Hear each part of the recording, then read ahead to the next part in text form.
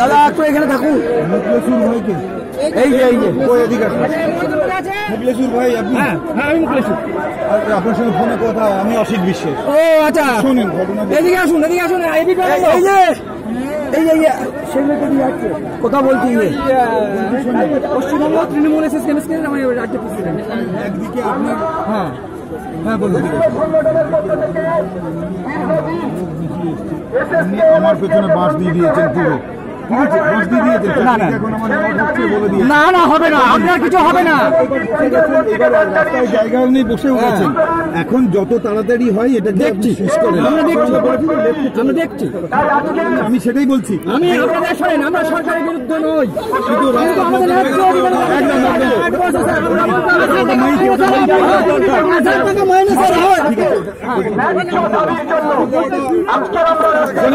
আমাদের শিক্ষামন্ত্রীর সঙ্গে দেখা হোক, সেক্রেটারি কথা বলিনি, কথা শেষ করিনি।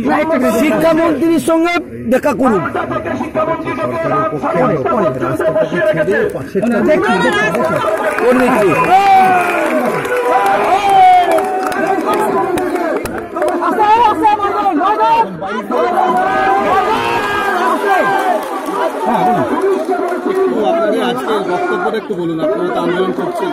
আজকে সারা পশ্চিমবাংলার এসএসকেএমএসকে প্রায় 55,000 শিক্ষক শিক্ষিকা আছি।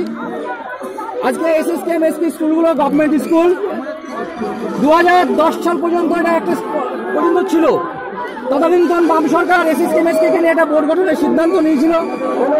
বর্তমান সরকার যে কারণে মাননীয় শিক্ষামন্ত্রী, মাননীয় মুখ্যমন্ত্রী আমরা একই ছত্রছায়ায় নিয়ে আসবো, সেই মোতাবেক মাননীয় মুখ্যমন্ত্রী 2013 সালের 19 জানুয়ারি একটা ক্যাবিনেট ডিসিশন নিয়েছিল যে এসএসকে অনুমোদন দেবে প্রাইমারি বোর্ড, এমএসকে এগুলোকে অনুমোদন দেবে সেকেন্ডারি বোর্ড। আজকে 2013 সালের পর আজকে 2019, 6 বছর আমরা মাননীয় পঞ্চায়েত মন্ত্রীর কাছে যাচ্ছি, মাননীয় শিক্ষামন্ত্রীর কাছে যাচ্ছি। মাননীয় পঞ্চায়েত মন্ত্রী বলছে আপনার শিক্ষামন্ত্রীর কাছে যান, শিক্ষামন্ত্রী বলছে পঞ্চায়েত মন্ত্রীর কাছে যান। আপনারা নিশ্চয়ই জানেন যে আজকে এই জায়গায় দাঁড়িয়ে এসএসকেএমএসকে বেতন বৃদ্ধি হয়নি। 2010 সালের পরে 1 পয়সা বেতন বৃদ্ধি হয়নি।